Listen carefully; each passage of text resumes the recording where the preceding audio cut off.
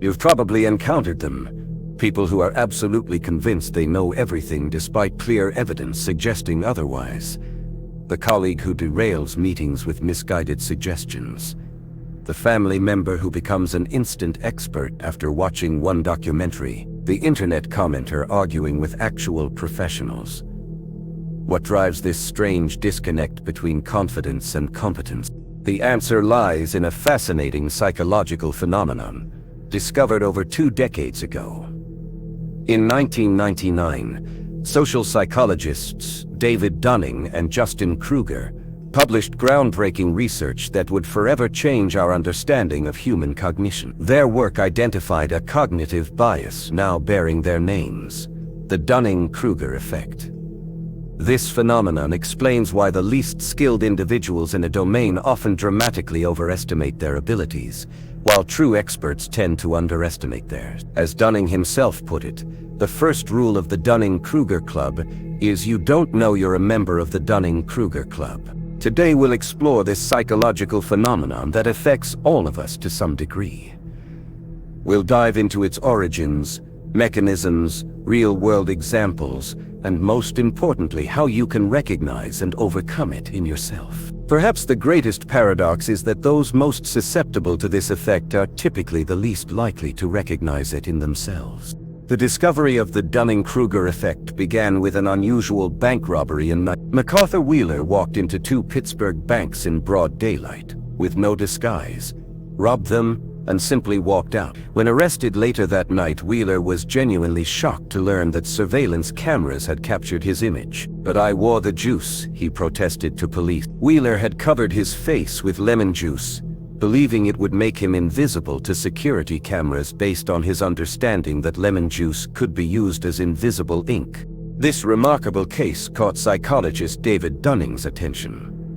He was fascinated by Wheeler's profound misunderstanding coupled with his complete confidence in his flawed logic. It led Dunning to question, how could someone be so incompetent that they didn't even realize their incompetence? He partnered with then-graduate student Dunning-Kruger to investigate this phenomenon systematically. In their seminal study published in the Journal of Personality and Social Psychology, Dunning and Kruger assessed participants on humor, grammar, and logical reasoning skills. After each test, participants were asked to estimate how well they performed compared to others. The results were striking and consistent. Those who scored in the bottom quartile dramatically overestimated their performance, believing they outperformed 62% of their peers when they had actually only outperformed. Meanwhile, top performers consistently underestimated their relative performance. As Dunning observed, if you're incompetent, you can't know you're incompetent. The skills you need to produce a right answer are exactly the skills you need to recognize what a right answer is. This creates a double burden of incompetence. Not only do people lack the skills to perform well, but they also lack the metacognitive ability to recognize their deficiency. At its core, the Dunning-Kruger effect stems from a metacognitive deficiency, a failure to accurately assess one's own knowledge and skills. This metacognitive blind spot creates an illusion of superiority that can be remarkably resilient to evidence. The effect operates through several psychological mechanisms. First is the unknown unknowns problem.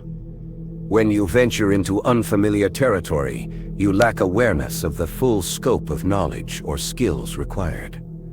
You don't know what you don't know. As Dunning explains, the skills you need to produce the right answer are exactly the same skills you need to evaluate if an answer is right. If you lack expertise in a domain, you also lack the ability to recognize expertise, including the absence of it in yourself. Second is confirmation bias.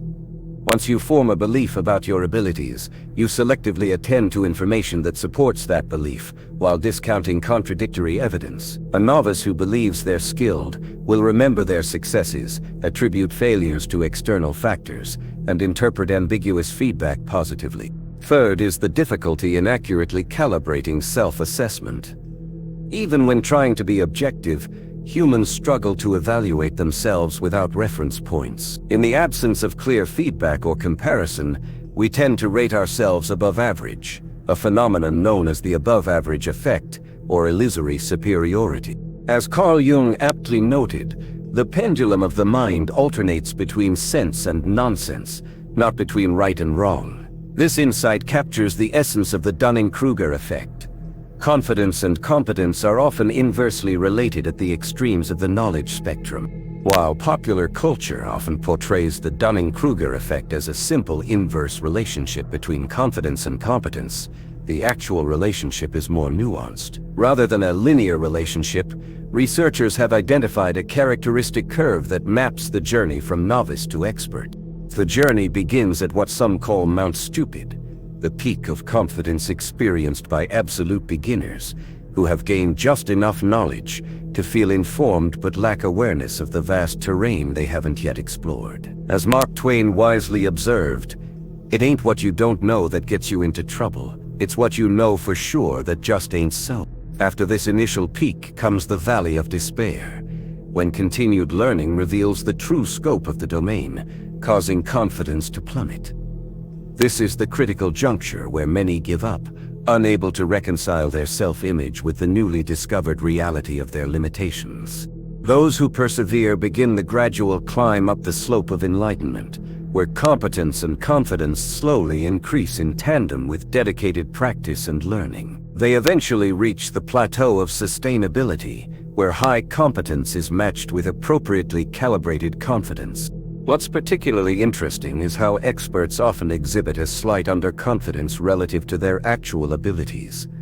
This expert's uncertainty stems from their comprehensive understanding of the complexity and nuance within their field. They're acutely aware of the boundaries of their knowledge and the vastness of what remains unknown. As Nobel Prize-winning physicist Richard Feynman once said, "I think it's much more interesting to live not knowing than to have answers that might be wrong." This intellectual humility is a hallmark of true expertise, a far cry from the overconfidence of novices.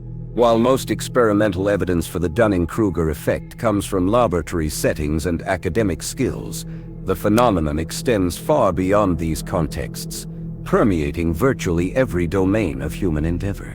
In professional settings, the effect manifests as the unskilled and unaware employee who consistently overrates their performance and contribution. One study found that 95% of managers believe they performed in the top 50% of their peer group, a statistical impossibility. This inflated self-assessment often leads to resistance to feedback, limited professional growth, and interpersonal conflicts. In healthcare, the effect can have life-threatening consequences.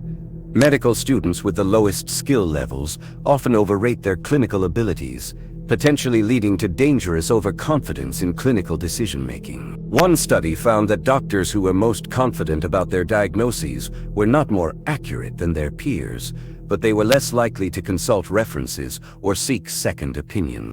In politics, the effect helps explain why some of the most vocal voices on complex policy issues often demonstrate the least nuanced understanding. Those with rudimentary knowledge of economics, climate science, or international relations may express absolute certainty in their positions, while experts in these fields typically acknowledge the limitations and uncertainties inherent in their domains.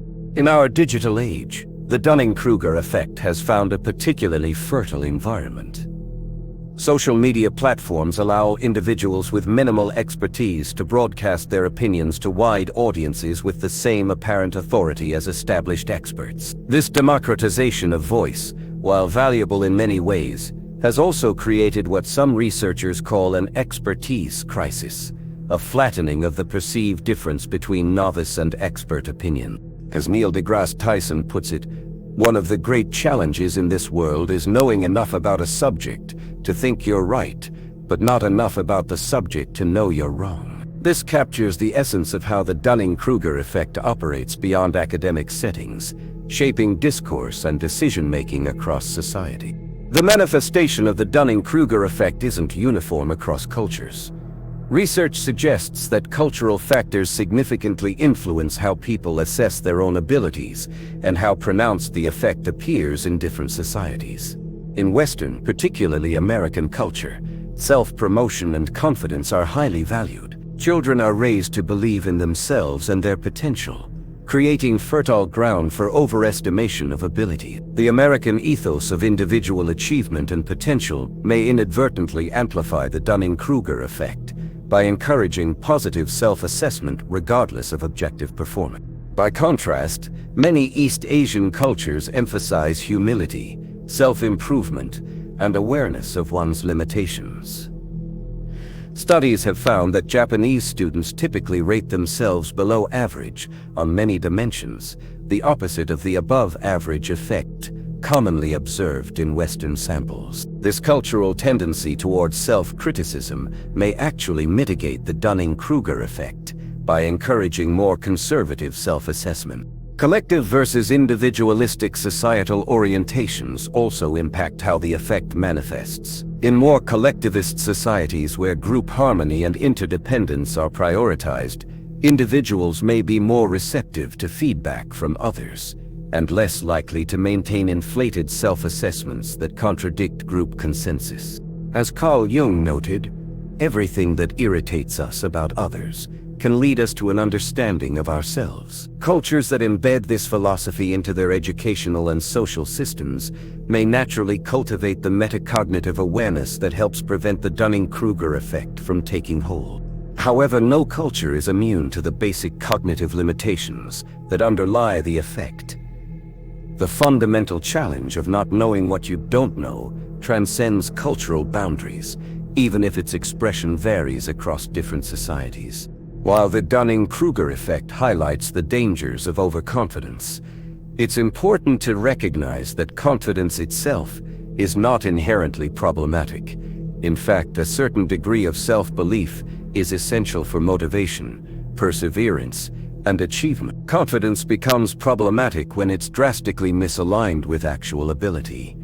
This misalignment can lead to poor decision-making, resistance to learning, and interpersonal conflicts. However, appropriate confidence based on realistic self-assessment can be highly adaptive and contribute to success. Research in performance psychology has consistently shown that optimal performance typically requires a moderate level of confidence, enough to motivate action and persistence, but not so much that it prevents recognition of mistakes or areas for improvement. This calibrated confidence represents the sweet spot where self-belief aligns with reality. Interestingly, studies suggest that slightly overestimating one's abilities by a small margin may actually be beneficial in some contexts.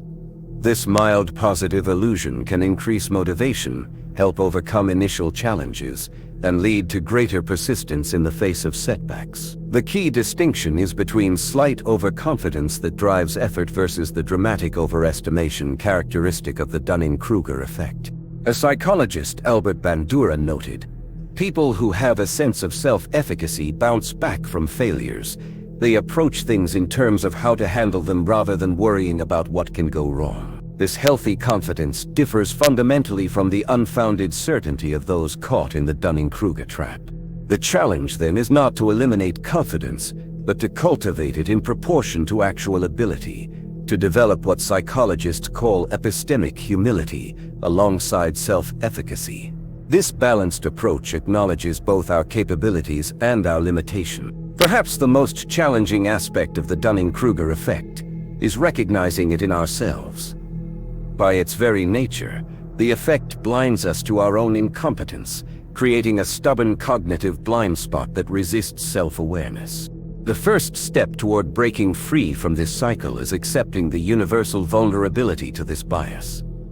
No one, regardless of intelligence or education, is immune to overestimating their abilities in domains where they lack expertise. As intellectual historian Robert Burton writes, "The feeling of knowing is not a reliable guide to whether or not you actually know something." Practical strategies for counteracting the effect begin with active solicitation of feedback from others, particularly experts in the relevant domain. External assessment provides the objective perspective that self-assessment often lacks. However, this requires genuine openness to criticism and a willingness to temporarily suspend defensive reaction. Deliberate practice with specific focus on areas of weakness can also help align perceived and actual ability. This practice must include clear, immediate feedback on performance, to calibrate self-assessment. Without this feedback loop, practice alone may actually reinforce overconfidence rather than correct it.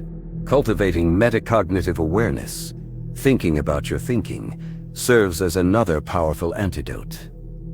Regular reflection on the limits of your knowledge and consciously considering alternative perspectives helps develop the habit of questioning initial certainty. As Socrates wisely observed, the only true wisdom is in knowing you know nothing. Perhaps most challenging but most effective is developing comfort with uncertainty and not knowing. Modern society often rewards quick answers and confident assertions over thoughtful consideration and admission of limitation. Resisting this pressure requires intellectual courage, the willingness to say "I don't know, I'm not sure," when appropriate.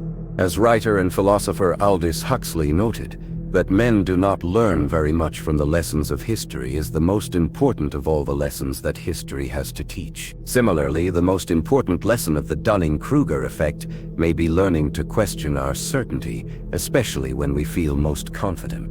Our information ecosystem has undergone radical transformation in recent decades, creating new dimensions to the Dunning-Kruger effect. The internet has democratized access to information, allowing anyone to gain surface-level familiarity with virtually any topic through a few quick searches. This easy access to information can create an illusion of understanding that amplifies the Dunning-Kruger effect. The structure of social media platforms further compounds the problem by rewarding confident assertions over nuanced expertise.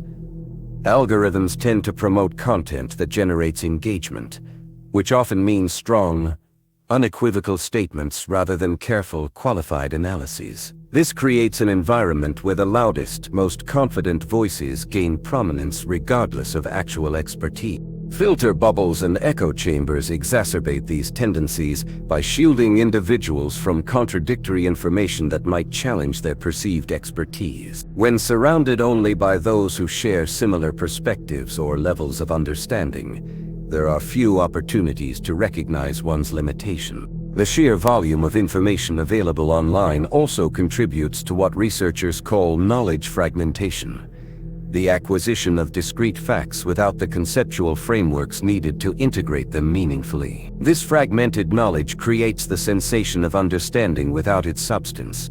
As author Tom Nichols writes in The Death of Expertise, the internet lets us contact and interact with many more people than we would normally encounter in our daily lives. But it can also give us the false impression that our views are more widely shared and more correct than they actually are.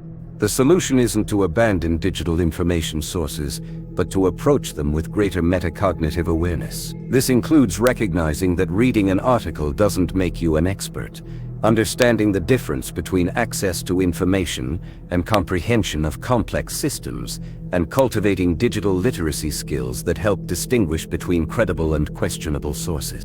As writer Maria Popova eloquently states, critical thinking without hope is cynicism, but hope without critical thinking is naive. This balanced approach is essential for navigating the complexities of knowledge acquisition in the digital age. While the Dunning-Kruger effect operates at the individual level, its cumulative impact shapes societies, institutions, and public discourse in profound ways. Understanding these broader implications helps us recognize the effect not just as a psychological curiosity, but as a significant social force. In democratic systems, the effect influences electoral outcomes when voters with limited policy knowledge confidently assess complex proposals based on superficial understanding. This can lead to support for simplistic solutions to multifaceted problems and vulnerability to populist rhetoric that offers certainty in place of nuance. In organizational contexts, the effect can distort hiring and promotion decisions when those with limited competence but high confidence outshine more capable but modest candidates. Over time, this can lead to what researchers call confidence cascades, where entire organizational cultures begin to value and reward displays of certainty over actual performance. In scientific communication and public health, the effect creates resistance to expert guidance when individuals with minimal subject knowledge feel equally qualified to evaluate evidence as those with specialized training. This dynamic has been particularly evident during the COVID-19 pandemic, where confident non-experts often challenged public health recommendations based on limited understanding of epidemiology. The effect also influences educational systems, particularly when students or parents with strong opinions but limited pedagogical knowledge advocate for educational approaches that contradict evidence-based practices. This can undermine educational effectiveness and teacher authority. Carl Jung's observation becomes particularly relevant. The greatest and most important problems of life are all fundamentally insoluble. They can never be solved but only outgrown. While less dramatic than political extremism, the erosion of epistemic authority through the Dunning-Kruger effect creates similar vulnerabilities in democratic society. Addressing these societal implications requires both individual metacognitive development and institutional reforms that better distinguish between confidence and competence, that reward intellectual humility alongside demonstrated ability, and that create better systems for evaluating and communicating specialized knowledge. The journey through the Dunning-Kruger effect reveals a fundamental paradox of human knowledge. The more we learn, the more we recognize how much we don't know. As our circle of knowledge expands, so too does our perimeter of contact with the unknown. This paradox creates the counterintuitive trajectory we've explored, from the unearned confidence of novices to the calibrated uncertainty of experts. It explains why true mastery is often marked not by absolute certainty, but by comfort with complexity, nuance, and the limits of current understanding. Understanding the Dunning-Kruger effect offers you a powerful lens for self-reflection and intellectual growth. It reminds you that the path to genuine knowledge begins with recognizing your limitations and embracing the discomfort of uncertainty. It encourages you to cultivate both the confidence to act and the humility to learn. As you navigate an increasingly complex world, filled with confident voices offering simplified certainties, the awareness of this cognitive bias becomes ever more valuable. It helps you distinguish between hollow confidence and earned expertise, both in yourself and in others. Perhaps most importantly, understanding the Dunning-Kruger effect inspires a more compassionate view of human error. When you recognize that overconfidence often stems not from arrogance but from the very structure of knowledge acquisition, you can approach disagreements with greater patience and intellectual charity. In the words of physicist Richard Feynman, "I believe that a scientist looking at non-scientific problems is just as dumb as the next guy." This humility from one of history's greatest scientific minds captures the essence of what the Dunning-Kruger effect teaches us. That wisdom begins not with certainty but with the recognition of how much we have yet to learn. By embracing this paradox, that knowledge reveals ignorance, that understanding unveils complexity, you open yourself to deeper learning, more productive discourse, and a more accurate calibration between confidence and competence. And in doing so, you take the first step in overcoming the very bias we've been exploring.